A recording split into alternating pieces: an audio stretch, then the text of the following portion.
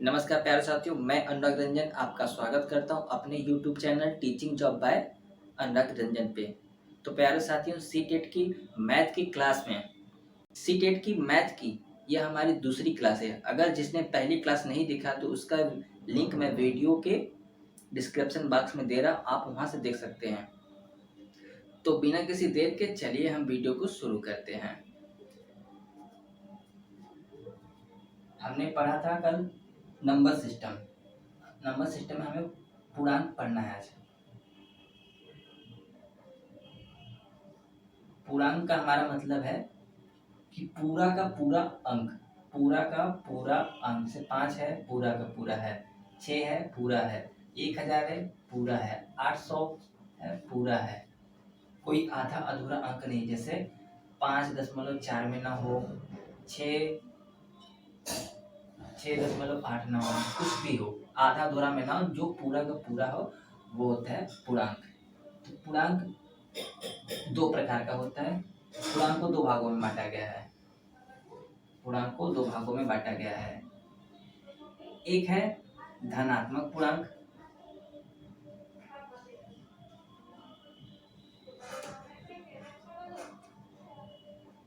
तो दूसरा है ऋणात्मक पूर्णांक। ऋणात्मक पूर्णांक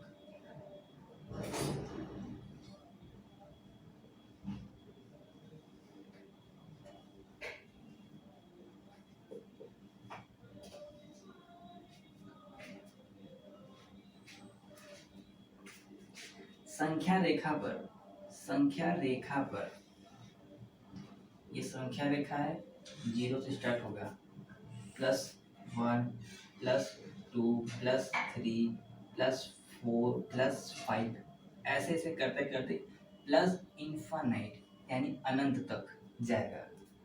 और 0 से -1 -2 -3 -4 -5, ऐसे करते करते करते करते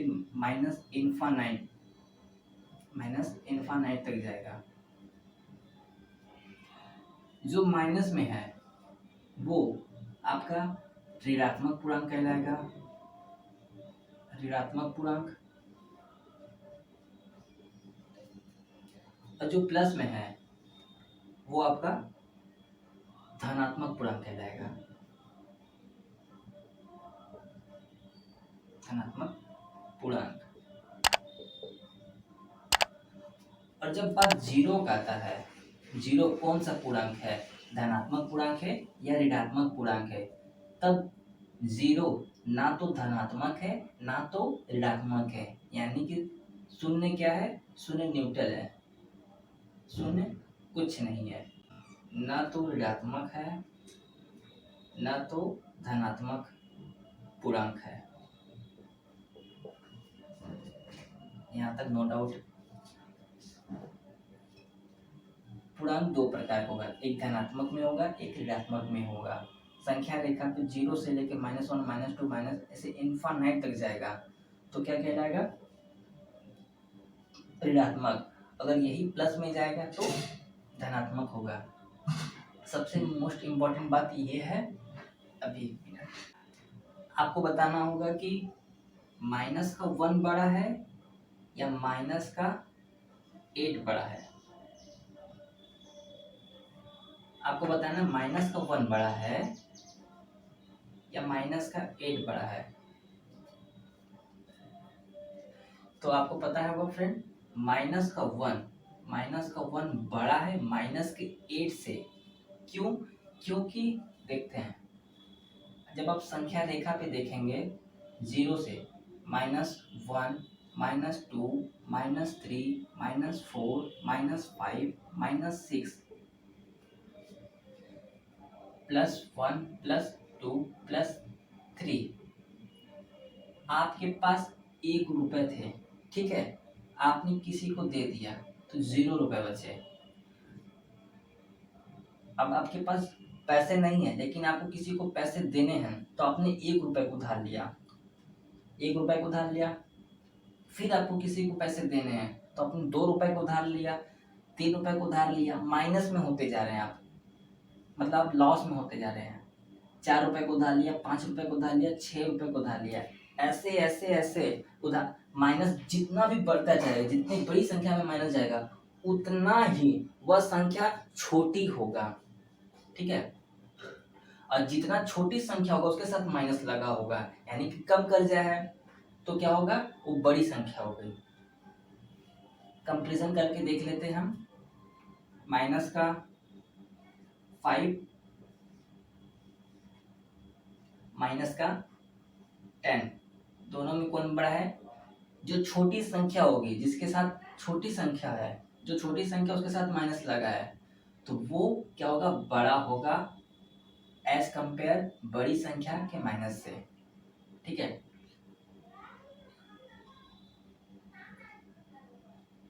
माइनस का 18 और माइनस का 108, इनमें से कौन बड़ा होगा, जाहिर सी बात है माइनस का 18 बड़ा होगा। जो संख्या छोटी है वही संख्या बड़ी होगी। चलिए आगे की ओर हम बढ़ते हैं। अब हम देखते हैं प्राकृतिक संख्या। प्राकृतिक संख्या क्या होती है, प्राकृतिक संख्या, प्राकृतिक संख्या, प्राकृतिक संख्या नेचुरल नंबर, यानी कि प्राकृतिक संख्या वह संख्या होती है जिसे हम चीजों को गिनने में यूज लाते हैं। जैसे कि आप यहाँ पे देखिए एक पेड़ है, ठीक है, एक पेड़ है, ठीक है, इस पेड़ पे एक फल है, एक फल ये है, एक फल ये है, और एक फल ये है, और एक फल ये है। तो टोटल इस पेड़ पर कितने फल हैं, कुल फल कितने हैं इस पे, कुल फल कितने हैं इस पे हम काउंट करेंगे। तो 1 2 3 4 5 फल कितने हैं, कुल 5। जहां से हम चीजों को गिनना स्टार्ट करते हैं वो क्या कहलाएंगी, प्राकृतिक संख्या कहलाएंगे। एक से लेकर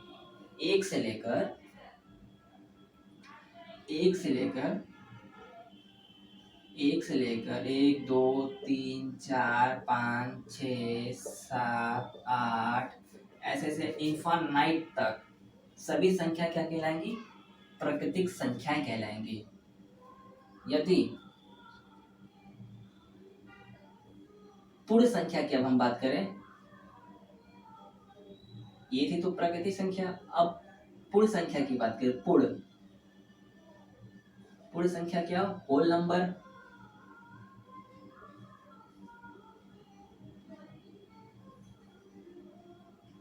पूर्ण संख्या क्या होती है, होल नंबर क्या होता है, यदि प्राकृतिक संख्या में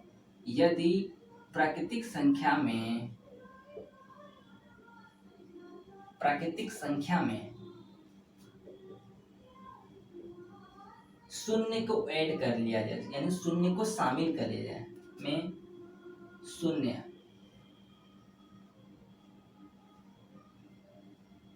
को शामिल कर लिया जाए,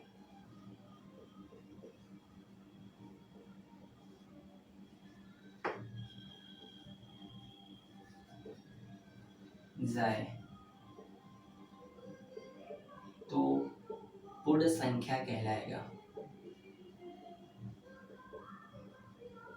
पूर्ण संख्या होगा। जैसे कि आपके फैमिली में 5 मेंबर रहते हैं, ठीक है, 5 मेंबर है और एक लोग चले गए हैं दिल्ली, एक लोग चले गए हैं इस टाइम दिल्ली, ठीक है, वो है 0 भाई साहब चले गए दिल्ली, ठीक है। आपके फैमिली में कुल 5 लोग रहते हैं, ठीक है, एक लोग हैं दिल्ली में, बाकी अभी मेंबर कितने हैं अभी आपके, 1 2 3 4, कुल 5 लोग रहते हैं। लेकिन 0 जो है एक दिल्ली में चले गए हैं, अगर ये भी आ जाते हैं दिल्ली से, 0 भाई साहब आ जाएंगे, तो आपके परिवार में कुल सदस्य कितने हो जाएंगे, 1 2 3 4 5, आपके परिवार में कुल सदस्य कितने हो गए, 5। कहने का मतलब यह है कि प्राकृतिक संख्याओं में शून्य को शामिल कर लिया जाए तो संख्या पूरा हो जाएगा।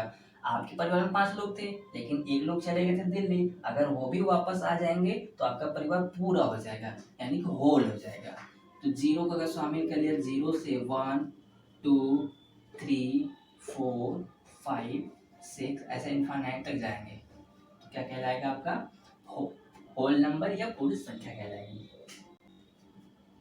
अब बात करते हैं सम संख्या पे। सम संख्या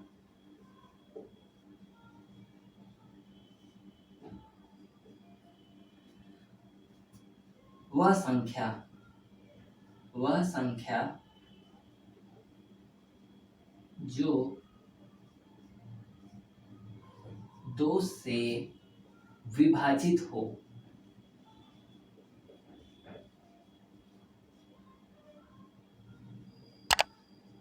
सम संख्या कहलाएगा।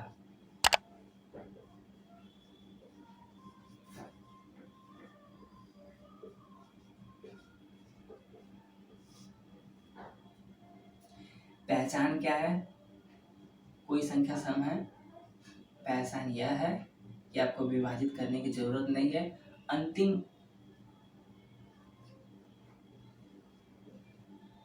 किसी भी संख्या का अंतिम अंक 0 2 4 6 8 मिल जाएगा तो वह संख्या 2 से विभाजित हो जाएगा। जैसे 2 से विभाजित हो रहा है तो 8 5 और एक है 7 और 4, ये 2 संख्याएं हैं, एक है 85 एक है 74। इनमें अगर हम 2 से डिवाइड करते हैं, 2 4 जा 8 आया 5, 2 2 जा 4, यहाँ पे एक रिमाइंडर बच जाता है, यानी एक शेष बच गया है। तो ये पूरा का पूरा 2 से नहीं कटा, विभाजित नहीं हुआ, तो ये सम संख्या नहीं कहलाएगा। और दूसरी देख लेते हैं जो कि हमारा 74, इसको 2 से डिवाइड करते हैं, 2 3 जा 6 -1 करने पे आया 4, 2 7 जा 14, ये 2 से पूरा का पूरा कट गया, तो ये इसलिए क्या कहलाएगा? सम संख्या। सम संख्या। और जो 2 से डिवाइड करने पर ना कटे वो संख्या क्या कहलाएगा? विषम संख्या है। जो 2 से डिवाइड करने पर ना कटे वो संख्या क्या कहलाएगा? विषम संख्या। पहचान आपको पता चल गया? 2 4 ठो हम लिख देते हैं, 2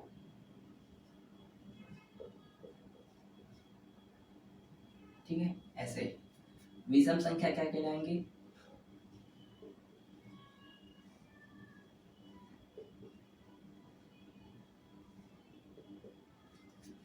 वह संख्या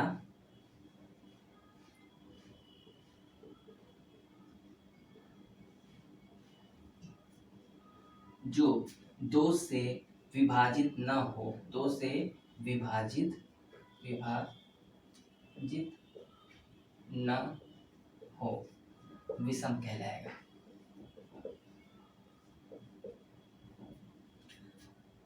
जैसे कि आप देखिए 5 है, 5 में अगर 2 से डिवाइड करेंगे, 2 2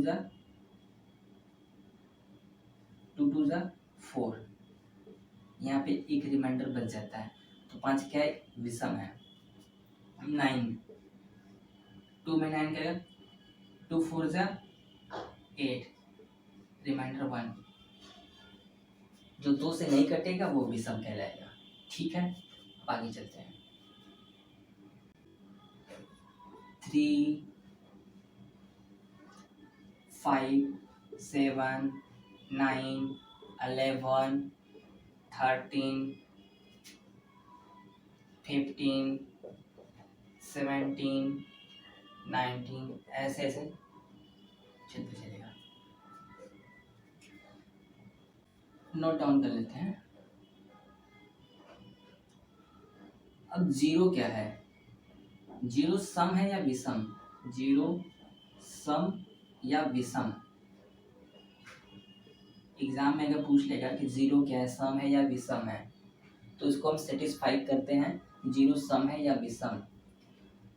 अगर दो सम संख्याओं को जोड़ेंगे, दो सम संख्याओं को ऐड करेंगे, सम सम, तो आपका आंसर आएगा सम आएगा।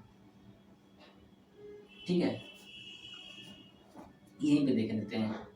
दो हमारा सम संख्या है और 4 हमारा सम संख्या है, इनको ऐड करेंगे तो क्या बनेगा, 6 बनेगा। 6 जो हमारा आया वो एक सम संख्या है, सेटिस्फाई हो गया, सेटिस्फाई। दो सम संख्या को जोड़ने पे उत्तर हमारा सम संख्या आएगा। 2 भी हमारा सम है, 4 भी हमारा सम है, उत्तर भी हमारा सम ही आया। दो विषम संख्याओं को ऐड करने पर, विषम संख्या को ऐड करने पर, विषम प्लस विषम, आंसर आएगा सम। विषम हमारा 3, दूसरा विषम हमारा 5, 3 और 5 को जोड़ेंगे तो आपका आंसर आएगा 8, जो कि हमारा रूल 2 यानी कि नियम 2 भी सेटिस्फाई है। ठीक है, नियम 3, एक विषम संख्या प्लस एक सम संख्या को जोड़ेंगे तो आंसर विषम आना चाहिए हमारा। ठीक है, अगर हम जीरो को विषम मानते हैं, पहले जीरो हमारा क्या है, विषम। ठीक है, जीरो क्या है, विषम, और सम 2। विषम संख्या और सम संख्या को जोड़ने पे हमें विषम आना चाहिए, लेकिन आंसर क्या, जीरो में अगर आप 2 जोड़ेंगे तो 2 आया। 2 क्या है, एक सम संख्या है। तो क्या जीरो सम है, तो सॉरी, तो क्या जीरो विषम है, नहीं, नॉट सेटिस्फाई, सॉरी, सेटिस्फाई नहीं हुआ। और यदि हम जीरो को सम मानेंगे तब क्या होगा, विषम और सम को ऐड करेंगे तो विषम आएगा। विषम हमारा 3 है, विषम हमारा 3 है, विषम हमारा 3 है और सम हमारा 0 है। अब इन दोनों को ऐड करेंगे तो विषम आना चाहिए। 3 में अगर आप 0 जोड़ेंगे तो क्या आएगा, 3, और 3 क्या है, एक विषम संख्या है, तो आंसर हमारा सेटिस्फाई होगा। यानी कि हम कह सकते हैं कि शून्य सम संख्या है। नोट डाउन कर लीजिए, शून्य क्या है, सम है। यहाँ तक बात समझ में आई। अब आगे चलते हैं। एक very most important note down कर लीजिए अभी आप लोग,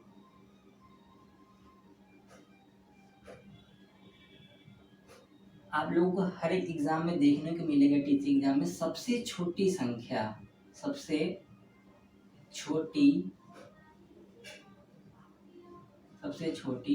सम संख्या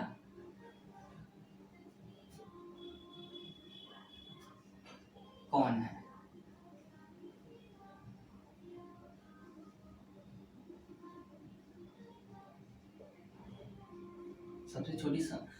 सबसे छोटी सम संख्या कौन है। तो हमारा सम स्टार्ट होता है 2 से, 2, 4, 6, 8, ऐसे ऐसे बढ़ता जाएगा। लेकिन प्यारे साथियों, आपको ध्यान देने की यहाँ पे बहुत ज़रूरत है। कैसे, ये प्लस का 2 है जो कि ये भी सम है, ये माइनस का 2 है जो कि ये भी सम है, माइनस का 2 है ये भी सम है, प्लस का 2 है ये भी सम है। अब इसमें पूछा गया सबसे छोटी सम संख्या, माइनस का 4 ये भी सम संख्या है, माइनस के 6 सम संख्या है, माइनस के 8 सम संख्या। हमने आपको बताया कि जितनी बड़ी संख्याओं के साथ माइनस लगा रहेगा वह संख्या उतना ही छोटी संख्या होगा। -2 बड़ा है -4 से, -4 बड़ा है 6 से, और -6 बड़ा है -8 से। ऐसे करते करते अगर आप कहीं तक भी पहुंच जाएंगे, माइनस के लाखों तक पहुंचेंगे। ये भी एक सम संख्या है, लेकिन 2 से भी छोटी है, +2 से भी छोटी है ये। तो हमें सबसे छोटी संख्या बतानी है, जो कि प्रश्न पूछा ही गलत जाता है। तो इसका राइट आंसर होना चाहिए प्रश्न पूछने का कि सबसे छोटी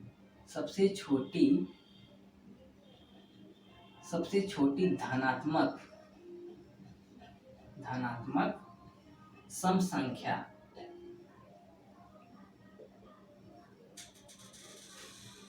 क्योंकि हम छोटी से सबसे छोटी सम संख्या हम बता ही नहीं सकते हैं, तो सबसे छोटी धनात्मक सम संख्या क्या कहलाएगी? 2, जो कि प्लस का है। ठीक है, नोट डाउन करिए, सबसे छोटी धनात्मक सम संख्या 2 होगा। अब पढ़ते हैं भाज्य संख्या।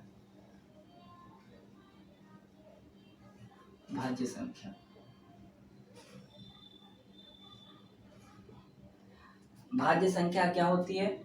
ऐसा संख्या जो एक से और स्वयं से तथा अन्य किसी से कटे, जो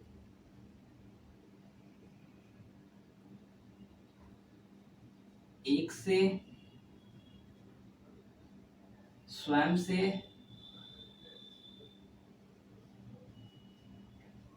तथा किसी दूसरे से विभाजित हो।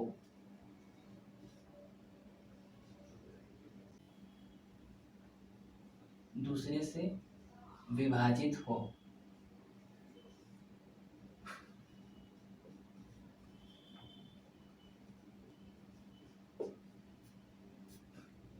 देखते हैं, 2 से शुरू करते हैं। 2 क्या है?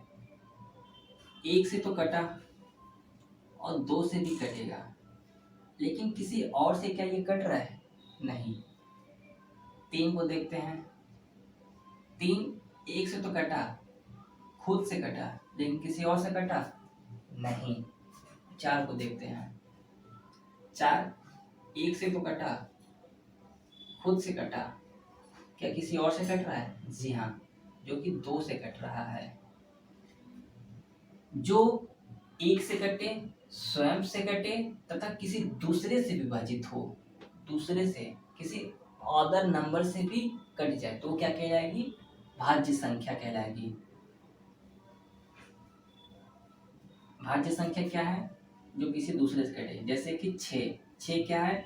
1 से कटा, 2 से भी कटेगा, 3 से भी कटेगा और 6 से भी कटेगा। 8 क्या है? भाज्य की अभाज्य, 1 से कट रहा है, 2 से भी कट रहा है, 4 से भी कट रहा है, खुद से भी कट रहा है, तो क्या है? भाज्य है। 4, 6, 8, 10, 12 ऐसे तक आपको भाज्य संख्या मिल जाएगी। अभाज्य संख्या क्या होती है? अभाज्य संख्या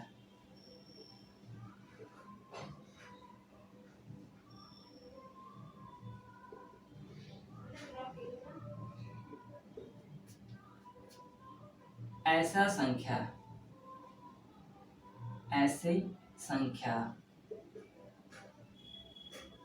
जो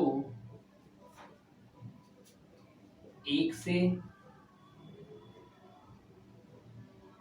तथा खुद से कटे, खुद से विभाजित हो।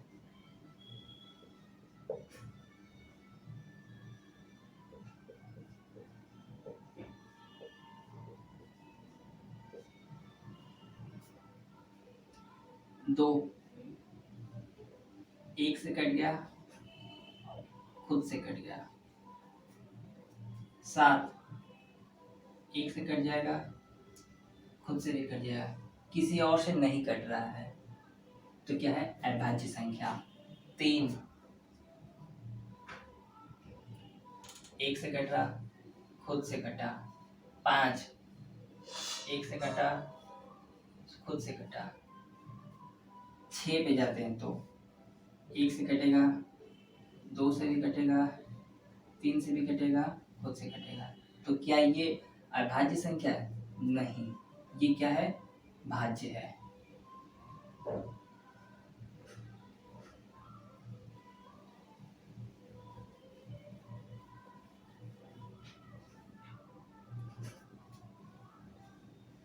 अभाज्य संख्या 2,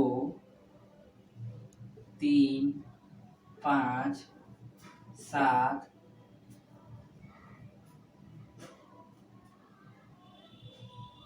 11 ऐसे तक जाता रहेगा। अब एक प्रश्न पूछा जाता है, सबसे छोटी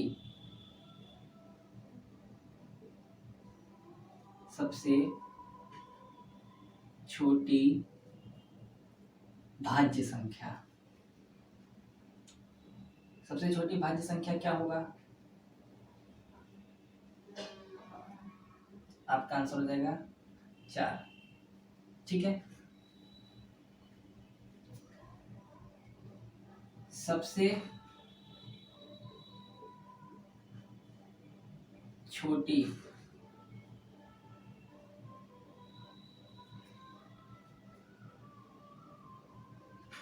अभाज्य संख्या।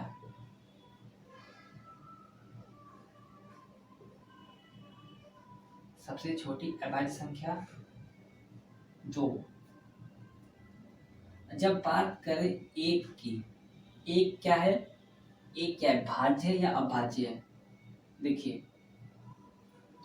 भाज्य होने का नियम क्या है? भाज्य होने का नियम यह है कि जो स्वयं से कटे, स्वयं से तो कट गया। और एक तो वो खुद ही स्वयं है, तो किसी अन्य से भी कट रहा है, किसी अन्य से तो नहीं कट रहा है। और ना ये एक खुद है और एक ही है, ये एक खुद से कट रहा है। तो इसलिए क्या है? एक ना तो भाज्य है ना तो अभाज्य है। एक ना तो भाज्य है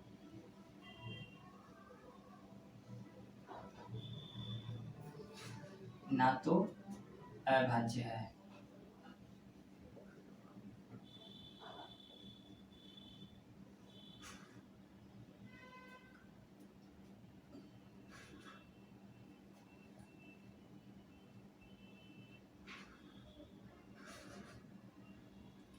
सबसे छोटी सबसे छोटी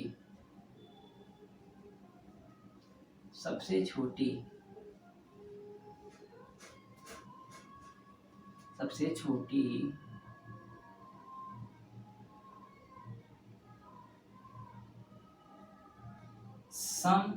समभाज्य संख्या।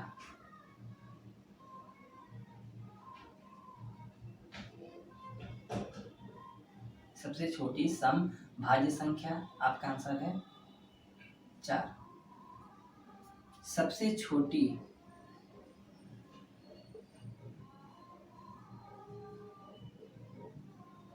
सबसे छोटी सम अभाज्य संख्या। अभाज्य संख्या 2। आप नोट डाउन कर लीजिए। सभी दो को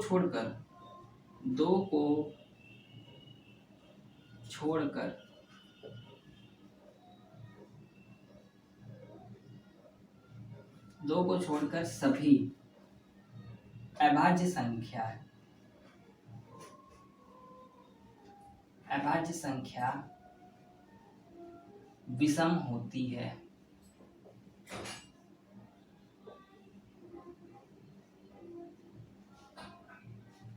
दो को छोड़कर सभी अभाज्य संख्याएं विषम होती है। विषम यानी कि जो 2 से ना कटे। अभाज्य मतलब जिसके अन्य कोई फैक्टर ना हो।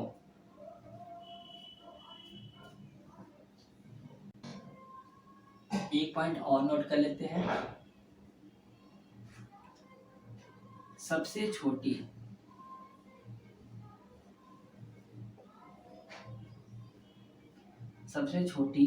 विषम भाज्य संख्या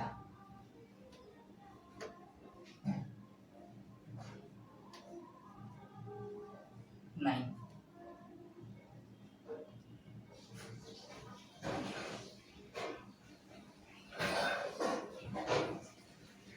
तो फ्रेंड, ये रहा आज का हमारा क्लास। मिलते हैं नेक्स्ट वीडियो में। अगर आपको थोड़ा सा भी पसंद आया तो चैनल कर लीजिए सब्सक्राइब और वीडियो को लाइक करिए, अपने दोस्तों तक शेयर करिए, जिससे कि वो बेसिक कॉन्सेप्ट को समझ सके।